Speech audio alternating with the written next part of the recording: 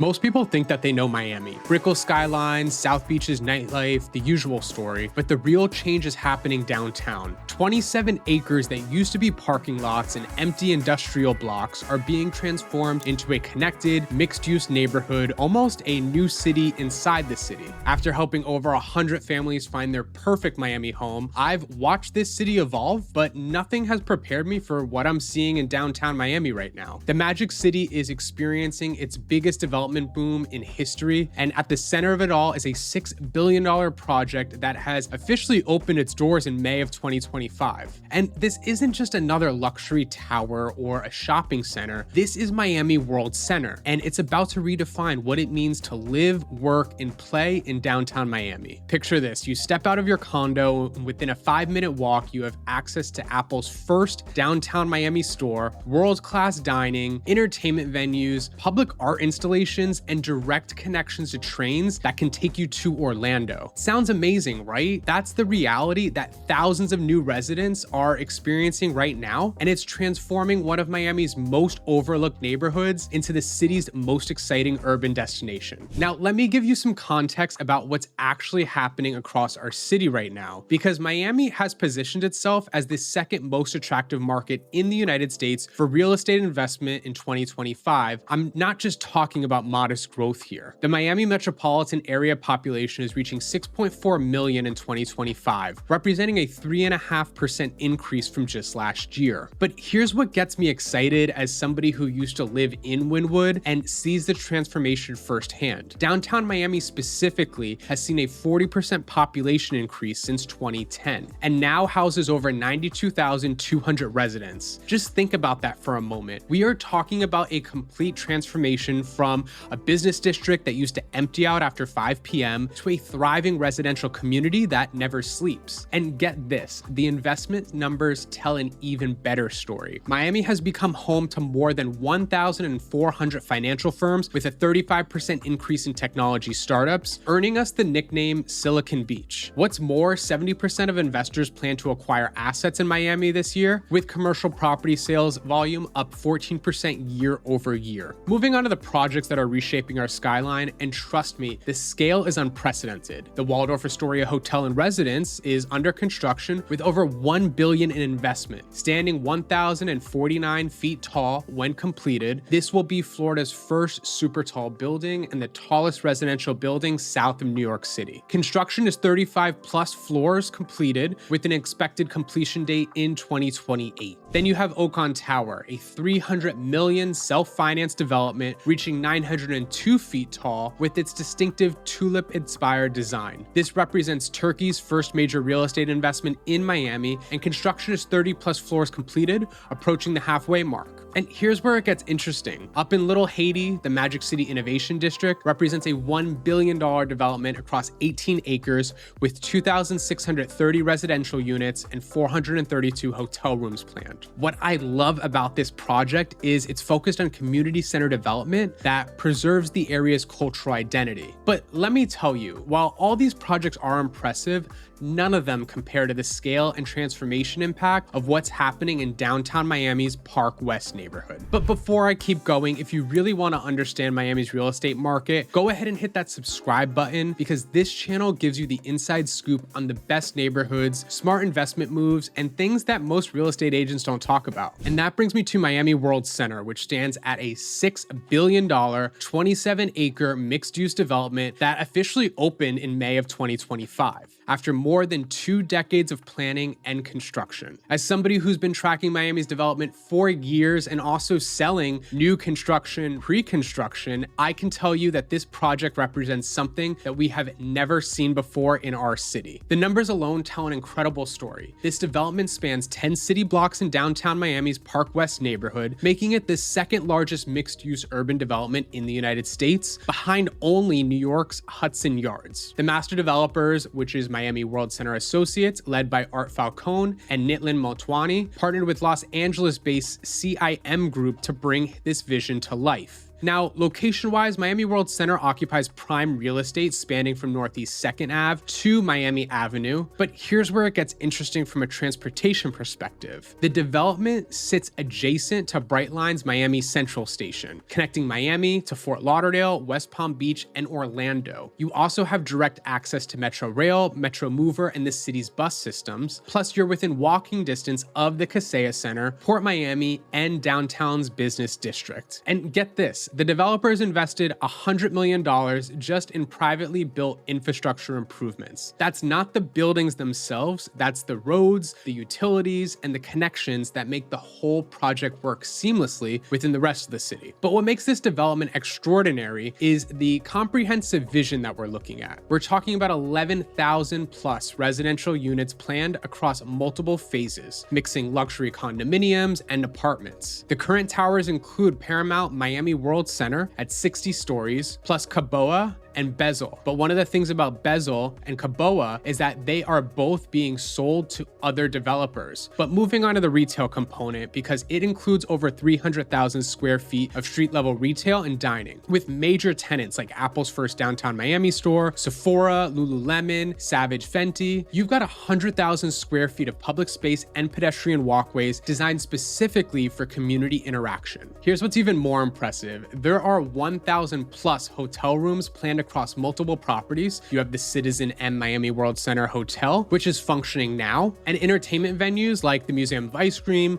like Lucky Strike Bowling, and it creates this incredible mix of experiences all within walking distance. Now, let's talk about the transformation aspect, because this is where the story gets fascinating. Before Miami World Center's development, the Park West area was characterized by mainly surface parking lots and underutilized industrial land. I'm talking about properties and aging warehouses that have seen limited investment for decades. The infrastructure in downtown was lacking, and the urban vitality of the surrounding neighborhoods with low-rise buildings and vacant lots contributed to what many described as an overlooked area. The transformation began in 2003 when Art Falcone acquired the first 1-acre parcel, and over 8 years, developers have systematically acquired over 140 separate parcels from approximately 40 different sellers, creating Miami's largest private land assembly in modern history. Can you imagine the coordination and vision that took? After working with families who want to experience Miami's best neighborhoods, I've learned that successful urban development isn't just about building tall towers, it's about creating environments where people want to spend time. Miami World Center has achieved this through what they call the city within a city concept. The scope includes mixed-use towers that combine residential, office, and retail spaces, hotels that bring visitors and energy to the area 24/7, and here's what I find most impressive. Public spaces designed specifically for community gatherings and events. World Square serves as the development's centerpiece, a 20,000 square foot pedestrian plaza that creates this incredible gathering space in the heart of downtown. This leads to what developers and urban planners call a walkable urban environment. Instead of the typical Miami development where you need to get a car anywhere, Miami World Center residents can walk to work, they can walk to dinner, walk to entertainment, and walk to public transportation that connects them to the rest of South Florida. The before and after comparison is striking. Where you once had empty parking lots and abandoned buildings, you now have thousands of residents, dozens of businesses, public art, green spaces, and around-the-clock activity that's transforming not just this neighborhood, but how people think about living in Miami. And if you're into stuff like this and you want to keep up with what's being built, what homes are worth, and where the best investments are, then I want you to check out my weekly newsletter. The link's in the show description below. Now, let me tell you about the economic impact, because the numbers are staggering here. Miami World Center has created nearly 9,000 jobs through construction and operations phases, and these aren't temporary construction jobs either. I'm talking about permanent employment in retail, hospitality, property management, and professional services. The project has catalyzed development in surrounding blocks, with multiple new high-rise projects now under construction or in planning phases. Property tax revenue increases are benefiting the broader community, and the development has attracted additional retailers retailers and businesses to the downtown area, creating a rippling effect throughout the neighborhood. From a commercial activity standpoint, Miami World Center has achieved a 95% leased retail space rate, demonstrating incredible market confidence in the area's future. The mix includes luxury brands and local businesses, creating diverse, shoppable options that serve different preferences. The restaurant scene has expanded significantly with establishments like Maple and Ash and Earl's Kitchen and Bar, bringing world-class dining to downtown, but the social and urban design impact might be even more significant than the economic benefits. The development introduced thousands of new residents to what was previously a non-residential area, creating 24/7 activity that replaced the previous 9-to-5 business district character. This is about creating community, not just more housing. The 100,000 square feet of public spaces are designed specifically for community gatherings, and I've personally seen families, couples, and groups of friends using these areas for everything from morning coffee to evening concerts. The pedestrian bridges and connections linking different sections create this seamless flow throughout the development. And here's what I find most impressive from an urban design perspective. Living in Miami, we all know that successful public spaces need to account for our weather, and Miami World Center has integrated these considerations into every aspect of the design. The integration with existing city infrastructure and transit systems means residents aren't living in isolation. They're connected to Brickell, they're connected to Wynwood, and they're connected to Miami Beach, and they're also connected to the rest of South Florida through multiple transportation options. Now, let me just put Miami World Center in context by comparing it with a couple other major projects that are happening across our city, because each one serves a different purpose and community. The Magic City Innovation District in Little Haiti represents a different approach to development. Unlike Miami World Center's luxury focus, Miami City emphasizes community preservation while enabling development. They've committed to a $31 million